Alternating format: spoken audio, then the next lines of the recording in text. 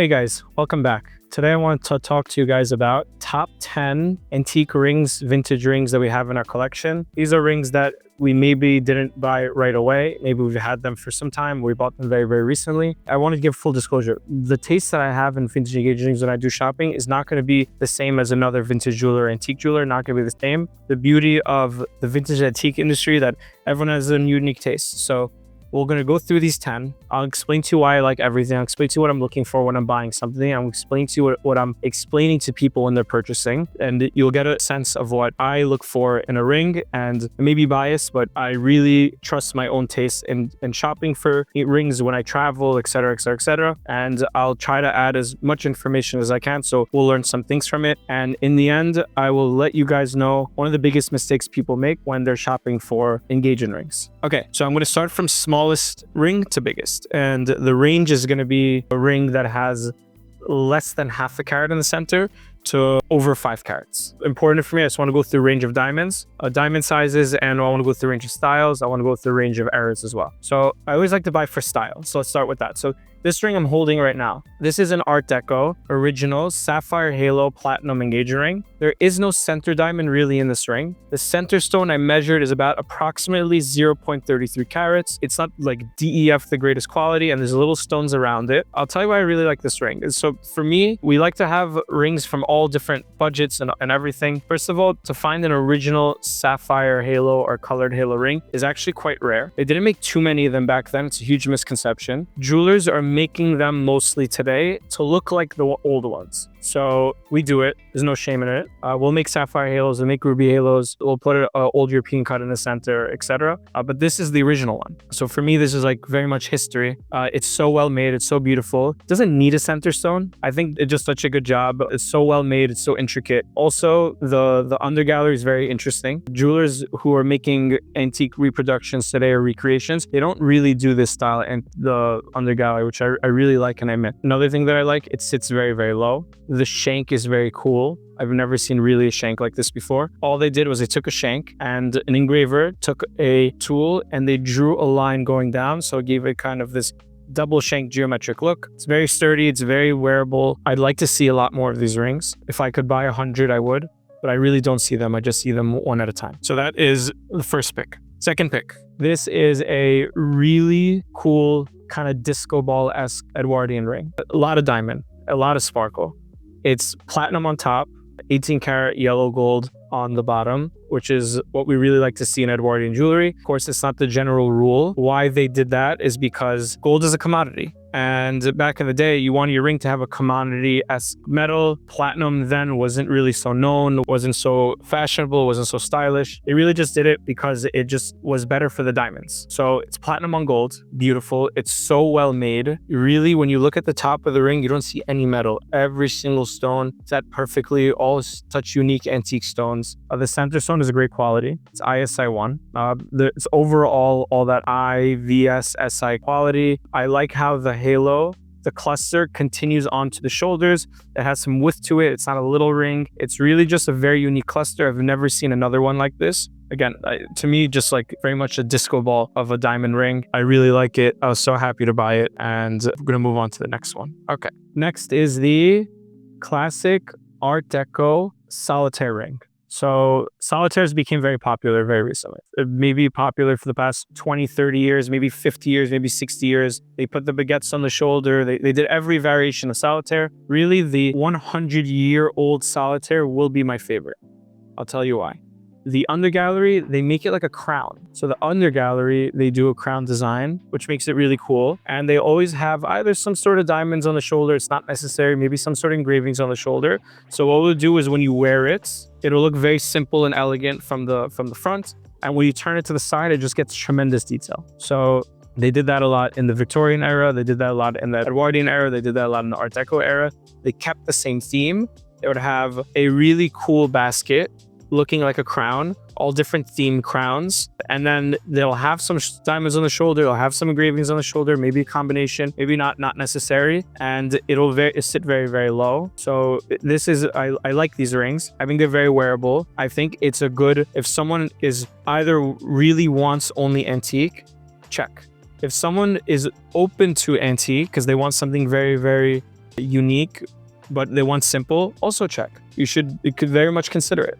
If you're in the modern route and you want something very, very unique, an antique solitaire is something you for sure should check out. The center stone is a 1.19 carat, so it's over a carat. It's really nice. It's an old European cut, face up really white, very sparkly. Love the old European cut. That'll be another video of why I like it so much. And it has those really nice old facets. Again, simple, wearable. That will be the third. Okay, moving on to the fourth. This is again, Art Deco, 1.85 carat center, old European cut diamond ring. Let's talk about why we like it. It's very geometric. Right away when I look at it, it looks like the Chrysler Building, looks like New York architecture, maybe Chicago architecture, has those lines, has lines all around it. To me, it looks very much American Art Deco. Can I prove it? No. Does it have stamps? No. But does it look like the architecture around America? Yeah, absolutely. I'll tell you why I love this ring, and this is my pick. Colored accents in a ring is such a good addition. A lot of people, they want a little bit of color in the ring. Sometimes a halo will be very overwhelming for someone. Sometimes it's just too small, not noticeable. This actually has the shoulders. It has two French cut calibre sapphires on both shoulders, so it has a beautiful touch of color to it. I like sapphires a lot. Sapphire is a very good complementer, so it's very neutral color compared to the other ones. It's very wearable and match with everything. You don't have to worry too much about it. It's almost 2 carats, platinum ring. I love it. I like rings that have slight color accents. Would I like to also buy rings that have a full halo? Yes. Do I stay away from rings that have halos of 3 different colors? I personally do. I think it's too busy. I know jewelers used to do it. I know jewelers are doing it now. I'm not knocking it. I'm always thinking of how wearable and how much wear you can get out of it. So this for sure is an everyday wearable ring. It's an engaged ring, of course, but I always keep in mind how wearable is the ring. And this has very high in the wearability in regards to what it can offer. Okay, I'm bringing this ring back. It was in another video. I don't care. I really like this ring, so we're going to bring it back again. This is an Edwardian ring, so circa 1900-ish, turn of the century. Again, like the ring that we mentioned before, it's platinum on top, it's gold on the bottom. Really like to see it. It's such good history. I love the story behind it. I actually love the duality of the white on yellow. What I like about this ring is that it has the shoulders. It has bigger diamonds, so it has a bigger look, and the center stone is a nice 1.45 carat. It sits very, very low. It's such a good Edwardian antique solitaire. So simple. It has a little crown aspect to it. It sits so well in the hand. It's so comfortable. It'll sit so nicely with the band. It'll sit so nicely by itself, but this really sits so low. It's like almost 2-3 millimeters off the hand. It really just hugs it. Even some bands won't sit this low. It's just so nice, so well made. Really like it. I hope to see more rings like this in the future, all sizes. I hope to buy rings like this that have 0.5 carat. I hope to buy rings like this that have 5 carat. Really, it's just such a good complementer for the center stone. Okay, everything now I'm showing is 2 carat center stone and above. Okay, we continue. So this is a platinum ring, 2.0 carat center. What I like about it is I like the introduction of the baguettes in a ring, and not the typical way where it's set east-west on the shoulder. This is going north-south, so it adds a very geometric aspect to the ring. It's very subtle. I like that the halo continues around the baguettes, and all the diamonds have a geometric box. Whoever made this ring was really trying to capitalize on the geometric pattern. So geometric, so chic, so wearable. It's not a very overwhelming halo. It's kind of shrunken down so that the center stone can shine and sparkle, but it's just enough where you know that this is for sure from the 1920s. This is for sure an Art Deco ring. It's a geometric, and what I like about these rings is that it takes a round old European cut. It'll put some box prongs on it. It'll put some baguettes and everything, and it'll make the whole ring almost forget about there's a round stone inside of it. That was the goal in the 1920s for the most part. And again, very, very nice, very wearable ring. I like it. I'm gonna sell it eventually, and if I see something similar, I'll for sure buy it again. Okay, I want to introduce a very unique ring that is not so similar to what you're going to see, not so similar to something that I've ever seen. I bought this from a private. I thought it was really magnificent. Is this something that I've ever bought before similar? Not really. So let's get into it. This is original Art Deco 1920s Navette ring. So it's Navette just means marquee shape in French. What I like about it is the whole design is just like, I've never seen it before. It's so cool. I've seen these rings antique with a lot of little diamonds going all the way around, etc., with maybe half a carat center stone, maybe 1 carat center stone. I've never seen something like this where it's a 2 1/4 older being cut in the center and emeralds and with a little bit of row of diamonds. This ring is very center stone dominant. It gets that marquee shape. So cool, so chic, so unique. It's all hand engraved around. It's so well made. Again, is it traditional antique ring that for beginners? Absolutely not. This is a ring you need to get if you one day inherited grandma's ring and it was antique and you got used to it and you liked it and you're so familiar with it and you got used to it, and mom or your aunt or someone or maybe your sister, they're wearing an antique ring. You're just used to it and you're ready for that next step above antique style. And this is very much it. If you've never really seen antique jewelry, of course you'll like it. You'll never consider it. And we have people, they come to our showroom and they look at our rings, and I notice right away that they're wearing an antique ring. I say it's a beautiful antique ring, and they go, I inherited it, or maybe I was gifted to it, and they end up getting something a little more sophisticated because they're already almost graduated from I need something so simple, where I already have something so simple. I want something a little extra, and that's what this ring does. So you get the color accents, you get that geometric aspect to it, and it's just every aspect of the ring from start to finish. If it's from the undergallery or the hand engravings, it's just all detail. I like it. I've never seen it again. I don't think I'll probably see it again. So like if I say, will I buy it again?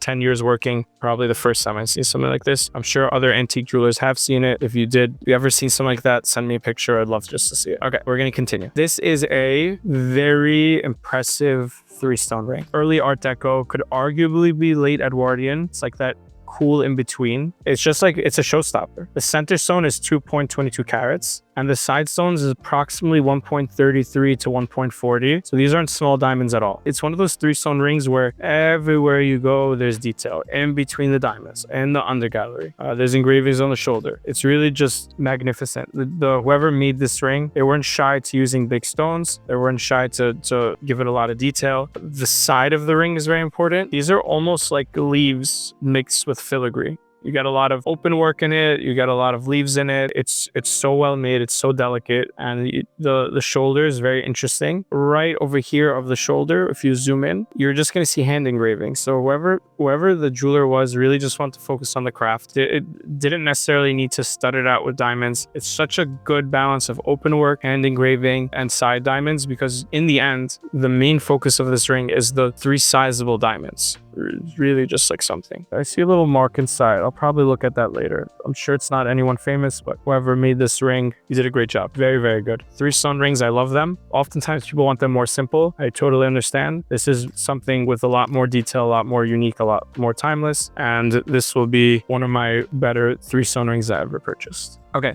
I would like to show you guys this 3-carat center stone, vintage 1970s French ring. Right, so mainly wanted to show this because a lot of people ask for yellow gold rings. I always say this, platinum dominated for a very long time. I would say ever since it was introduced in the Edwardian era, the tops of the rings became platinum, and slowly in the Art Deco era, they moved the whole rings platinum, and they used platinum, maybe not so much throughout World War II. Platinum was used for the war, so they switched back to white gold, maybe yellow gold, but 50s, 60s, etc. Platinum was used for a lot of the eras. So I don't see too much yellow gold rings that I like, truthfully. I happen to really like this. Again, 1970s French. It has the eagle's stamp. That means it was made in France. Quick summary on how do we know if jewelry is French.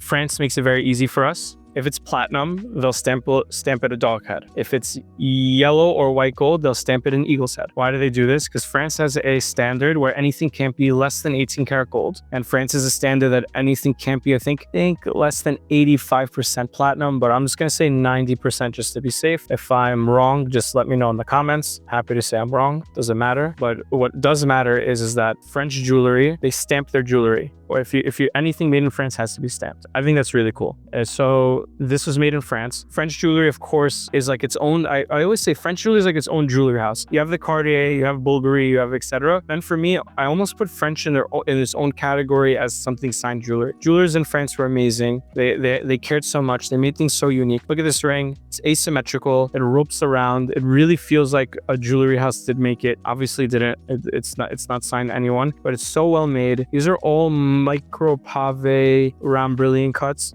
great quality, And it's not uncommon that French jewelers still today, they'll make jewelry mounting with round brilliant cut diamonds. They'll use an antique stone. It's really, for them, it's just about the craft. And they don't compromise on quality of the diamonds. They don't compromise on quality of jewelry making. So it's just very unique, amazing ring. 1970s France. I really like it. It's very wearable.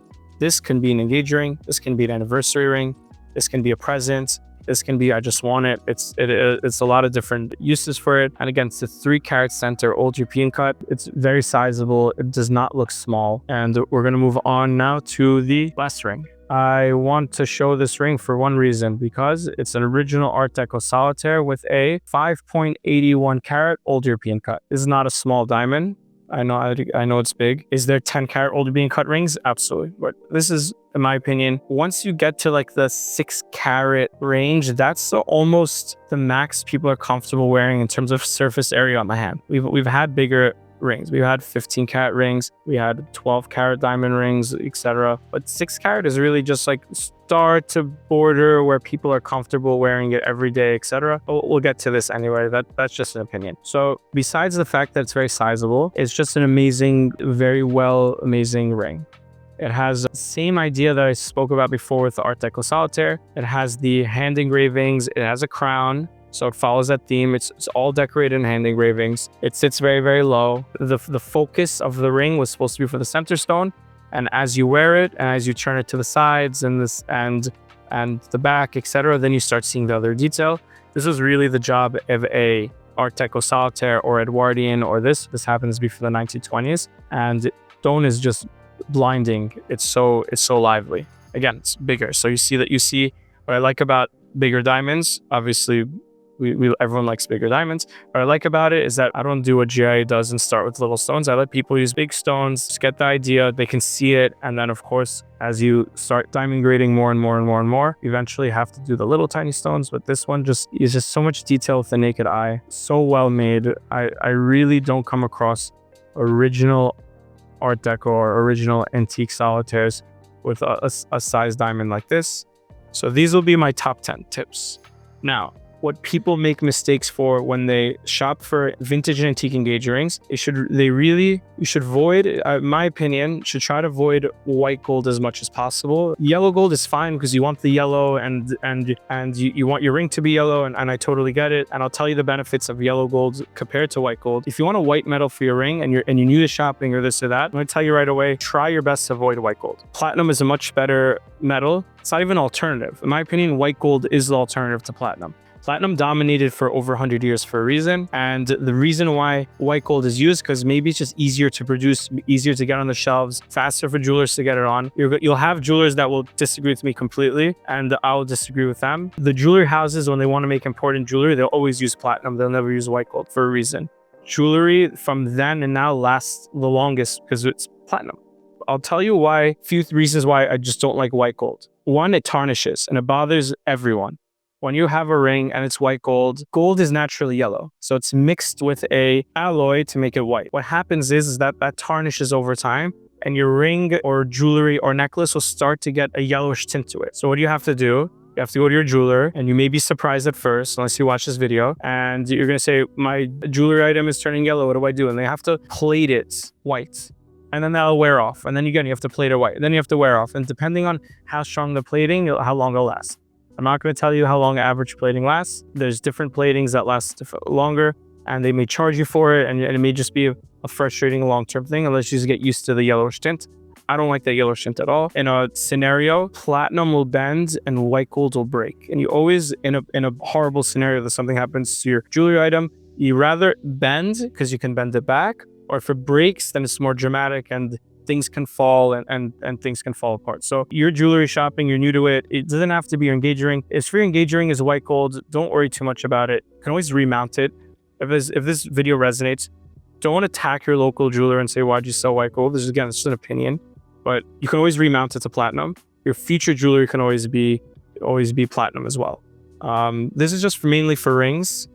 Again, necklace and earrings, etc. That's totally fine. It's not as closely visible. Rings are closely visible. So thank you so much for watching. These are my top 10 picks. Let me know which one you like the most in the comments. If you disagree with anything I said, of course, let me know. jewelry is subjective. It's just, these are my picks. Please like this video, subscribe to our YouTube channel, and enjoy the videos that we'll be posting in the future.